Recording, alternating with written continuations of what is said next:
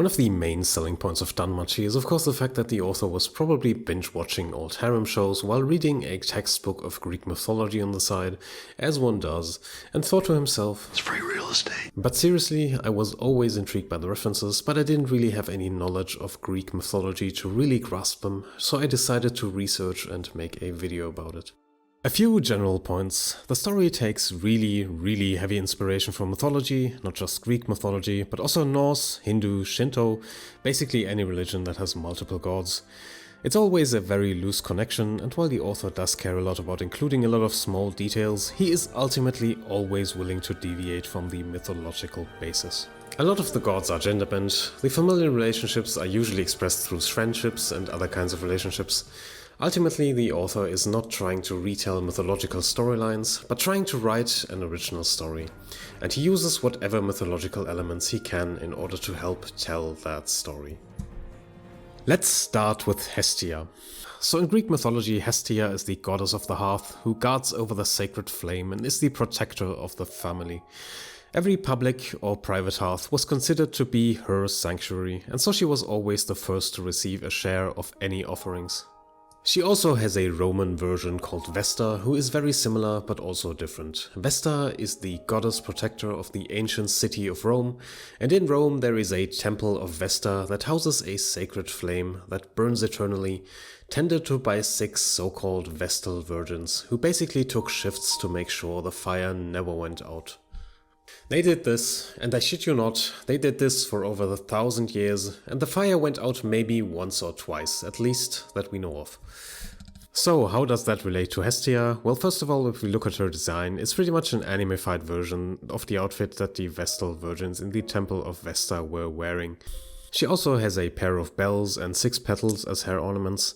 The bells don't really have a mythological counterpart, it's just a really smooth gift from Bel, but the 6 petals may be a reference to the 6 Vestal virgins, or I'm just crazy, I don't know. She also does not wear shoes, which could be a reference to the Vestalia, a Roman festival where high-status women walked barefooted to the Temple of Vesta to give offerings and receive blessings in return. When she reads the statuses of her familiar members, the sacred flame of the hearth appears on their backs, which is also part of the crest of her familiar. In Greek mythology, both the gods of Apollo and Poseidon proposed to marry her, however she was having absolutely none of it and instead made a vow of eternal chastity to Zeus. So if you ever feel bad about being rejected, think about how bad that must have felt. In the series, we can clearly see that through her strained relationship with Apollo, although I'm not sure how strict exactly she's going to be about the whole chastity part, if, and that's a big if, Bel ever discovers the ways of his rabbit brethren. On a minor note, in the myth, Hestia is also the sister of Zeus and Hera, which makes her the aunt of Hephaestus and Hermes, characters she is generally on good terms with in the series, although again, the series doesn't make this a literal familial connection, which is definitely for the better given that Bel is supposed to be Zeus's grandson. Her power as a goddess is able to summon a temple from the sky that enables her to cover a whole city with a purification flame. She uses that flame to protect the city from Freya's corruption during the wargame arc. Aedes Vesta, by the way, is literally just the name of the historical temple of Vesta in Rome, and I guess the Dios is a bit of flair. Her usage of Aedes Vesta is probably a reference to the story of Titanomachia, which is basically a battle between the Titans, who were the old generation of gods, and the Olympians, who were the new generation. In that battle, the Greek goddess of Hestia was said to have played a very similar role, giving everyone else the peace and stability that they needed in order to fight their enemies. This is a clear parallel to the wargame arc, where Hestia doesn't actively participate, but creates the environment that her party needs to be able to win. 好みは処女心、魅了の威力に平服せず、そう断固として拒む。邪とは情欲、生とは締結。今この地上にかけられた呪縛を払おう。すなわち覇者、浄化の再現。見せよう、不滅の炎。ディオス、アエデス・ウエスタ。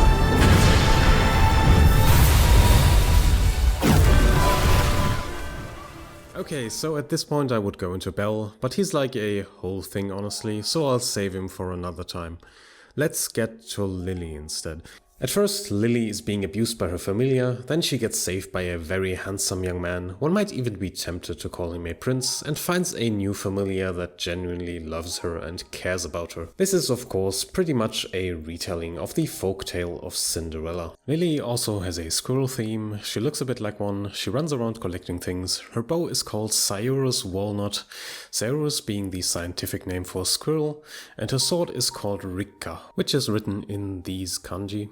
The first kanji means chestnut and the second means fire.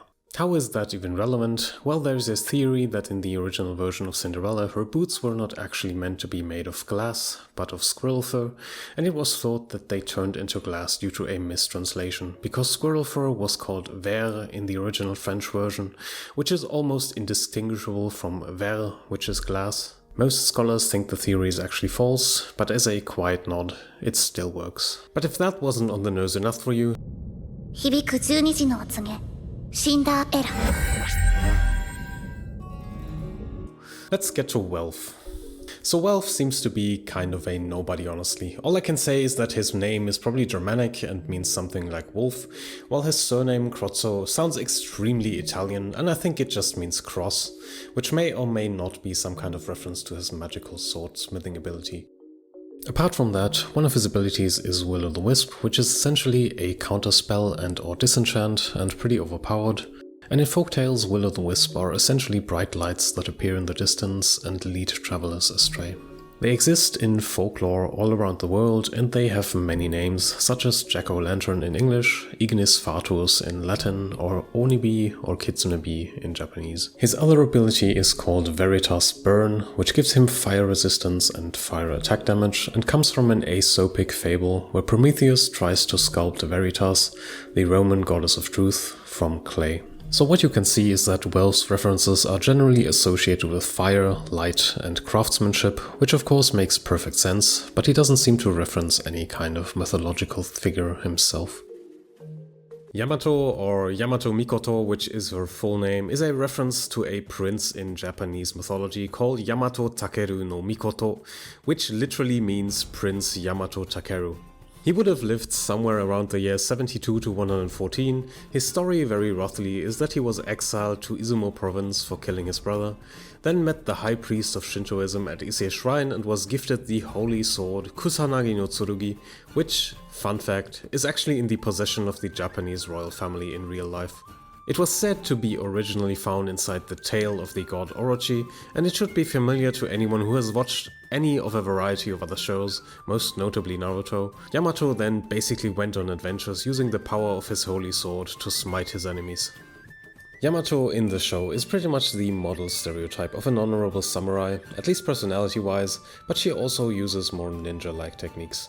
Her abilities reference famous Japanese folktales, like her abilities Yata no Kurogarasu and Yata no Shirogarasu, which literally mean black Yatagarasu and white Yatagarasu, and in turn Yatagarasu were ravens sent by the gods to guide mortals to their destination. Her gravity spell is also named after a legendary sword in Japanese folklore, a sword that was passed down by the god Takemikazuchi, incidentally also the name of the familia she originally came from.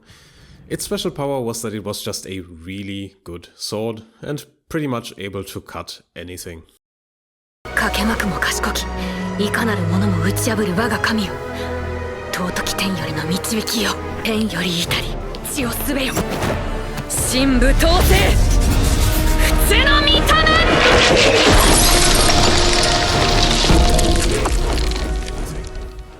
So, Haruhime is pretty straightforward in that she is a reference to Kitsune in general.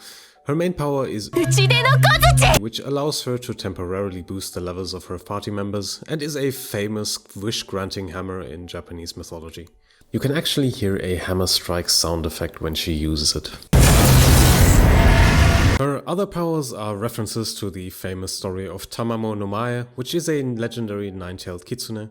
You know, the one everyone was fussing about in 2022 because the stone that is supposed to be her prison cracked, and now she's free and probably letting some lucky bastard of a salaryman fluff her tail or something. The story of Tamamo no Mae follows a young girl called Mikuzume, who is seemingly the perfect girl in all respects, and catches the eye of Konoe, the emperor at the time, who takes her as his favorite consort. However, she is possessed by the kitsune Tamamo no Mae, and the emperor gets very ill, until the court astrologer finds out who she is and throws her out. Haruhime's first ability from that is Mikuzume no Ho, which I take to mean the way of Mikuzume, and it increases her magic ability. Her other ability is Kokonoe, which allows her to create up to 9 tails that allow her to multicast her main ability, so she can level boost multiple people. Kokonoe literally just means 9 times, but it's kind of an unusual reading. Tamamo no Mae was eventually killed, and her body is supposed to have become the stone I mentioned earlier, which is called the Sessho in Japanese, which literally means killing stone. The Sessho also makes an appearance as an item that Haruhime carries, and it is used to imprison her soul in a special ritual, enabling others to use her ability if they carry it. 大きくなれ。どうか映画と幻想を。大きくなれ。